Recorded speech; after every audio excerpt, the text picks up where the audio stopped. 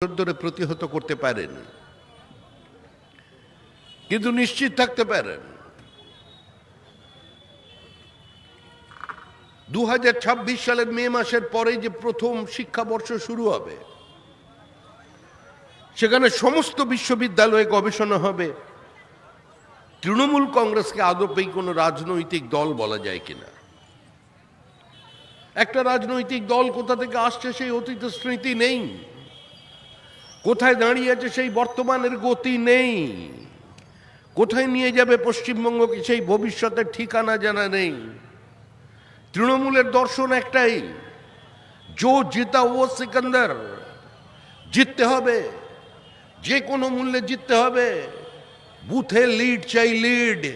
যিনি বুথে লিড দিতে পারবেন তিনি যে কোনো অসামাজিক কাজ করে তৃণমূল কংগ্রেসের কাছ থেকে আশীর্বাদ পাবেন, পুরস্কৃত হবেন। যারা যে বিভিন্ন জায়গায় বিজেপি কর্মীদের উপরে হামলা করছেন, যারা দিনের পর দিন পশ্চিমবঙ্গে বলগাহীন সন্ত্রাসের মধ্যে দিয়ে ক্ষমতায় টিকে থাকবার চেষ্টা করছেন, যে রাজ্যের মুখ্যমন্ত্রী আজকে ধর্নায় বসে নরেন্দ্র মোদীকে চ্যালেঞ্জ করছেন, সেই রাজনৈতিক দলের জন্ম কিভাবে হয়েছিল 1998 সালে। কংগ্রেসের প্রবল গর্ভযন্ত্রণা। মুখ্যমন্ত্রী প্রেস কনফারেন্স করে বললেন, আমি বিজেপিকে কোনো সাম্প্রদায়িক দল বলে মনে করি না।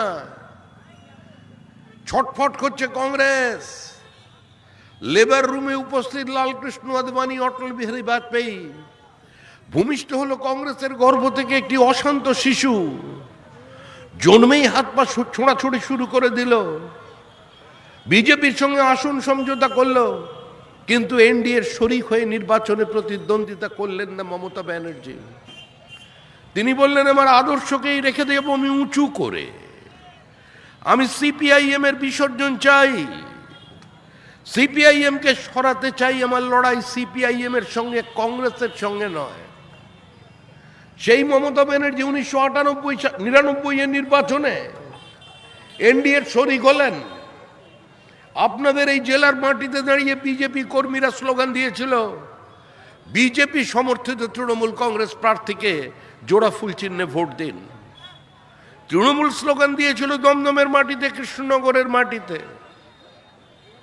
তৃণমূল সমর্থিত বিজেপি প্রার্থীকে পদ্ম ফুল চিহ্নে ভোট দিন। সেই তৃণমূল অটল বিহারী বাজপেয়ীর মন্ত্রিসভার রেল মন্ত্রী হঠাৎ 2001 সালে পদত্যাগ করলেন জর্জ ফার্নান্ডেজকে কেন্দ্র করে।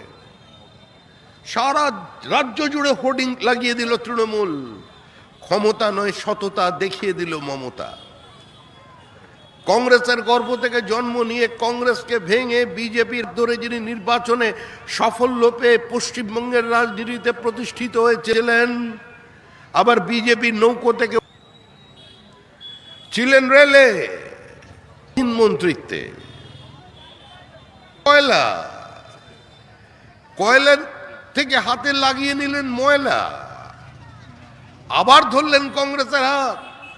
যে কংগ্রেসকে দুর্নীতিগ্রস্ত বলেছিলেন, ভ্রষ্টাচারী বলেছিলেন, পরিবারতান্ত্রিক অপশাসনের দল বলেছিলেন, যে কংগ্রেসের নীতিহীনতার কথা বলেছেন, স্বৈরাচারের কথা বলেছেন, বিশ্বাসঘাতকতার কথা বলেছেন, সেই কংগ্রেসকে সঙ্গে নিয়ে নির্বাচনে প্রতিদ্বন্দ্বিতা করলেন। সেটা মানুষের জানা।